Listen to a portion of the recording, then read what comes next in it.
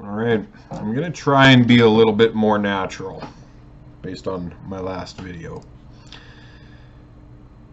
I still got to write it though. Keeps my thoughts in line so I don't ramble too badly. I'm going to talk about why I'm leaving the Conservative Party and federal politics behind. Canadian politics needs to change if Alberta is ever to have a truly prosperous future.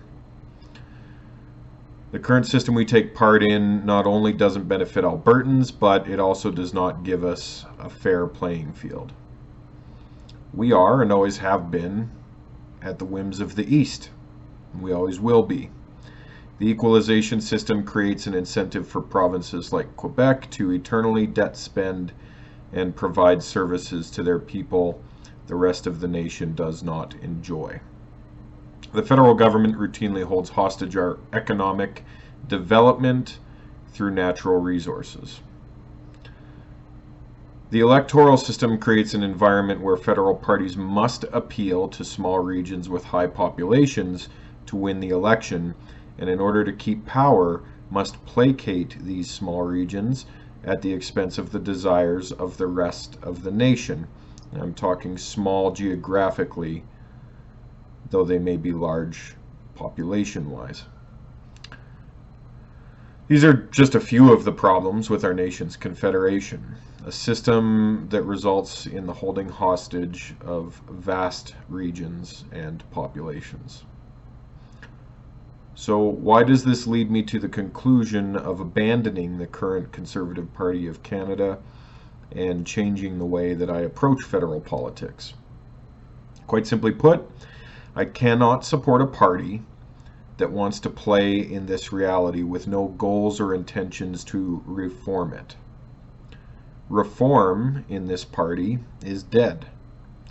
The fears that the eventual merger of the Reform come Canadian Alliance with the Progressive Conservative Party would result in the death of reform ideas has certainly come true. We got lucky with Harper, though he wasn't able to accomplish what he intended to. Again, a testament to the way our country functions. He could not bring those ideas to fruition, and they died a swift death upon his departure. No longer does the party speak of Senate reform, decentralization efforts, or privatization of government services. No one's discussing the real repeal of the Indian Act. Our current leader, Erin O'Toole, campaigned on True Blue, which so far only means that he wants people to have a job, which is a noble cause, to be sure. We all want to work and provide for our families, but it's not the overall solution. It can't be the end game for the West, merely that we're employed. He's turning out to be a globalist, true purple leader. He's a lot closer to red than we've had in the past, or frankly that I want. He knows and the party knows that they must play the game to win, and once they win, they want to keep on winning. It's a good job. It's good pay. Why rock the boat and talk about hard things? Why discuss the things that would reduce the influence and destroy the vice grip the East has on the West? We're supposed to be a grassroots party, but recently that's been circumvented, and duly elected representatives have been ousted and barred because they didn't fit the party narrative or toe the party line. There's a proper way to do that. It's called a nomination.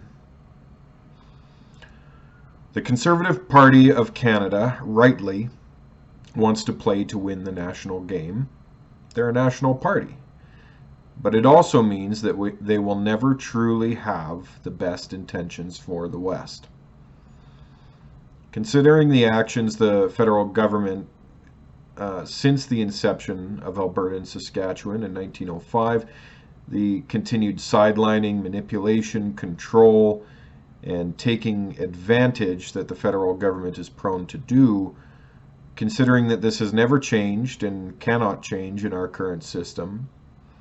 I have to come to the conclusion that acting politically in the will of the nation will continue to result in the disadvantage of the West. We're well over 100 years of this at this point. Therefore, I will from now on act only in the interest of my people, Westerners. I will vote for separatist parties, and I will vote for regional self-interest. I will exercise my abilities to reinforce and promote related ideas. We've tried working within the system to change the system. We've tried the big view that Preston Manning supported. We've banged our heads against the wall until we've bled, but the wall isn't going to give way. It's time to exercise our strength as a region and force the nation to give us a fair deal before we leave. They ought to be begging us to stay, and they ought to be begging us to develop our resources and manpower. That would be unity. The truth is they don't care about us, and I've spent far too much time caring about them. I'm going to be releasing videos on specific ways that we may be able to flex our muscles and move ever closer to an independent West. It is possible. Perhaps Quebec had some of the right ideas in the first place, and perhaps over time, other parts of the nation may just work together with us in realizing that they're better off on their own as well. Perhaps there are other oppressed regions that would be happier in control of their own future than under the thumb of another serving their plans. I'll be happier struggling to be free, but free, than a prisoner in a controlled comfort. I'll be happier with a vision to a future than a visible dead end.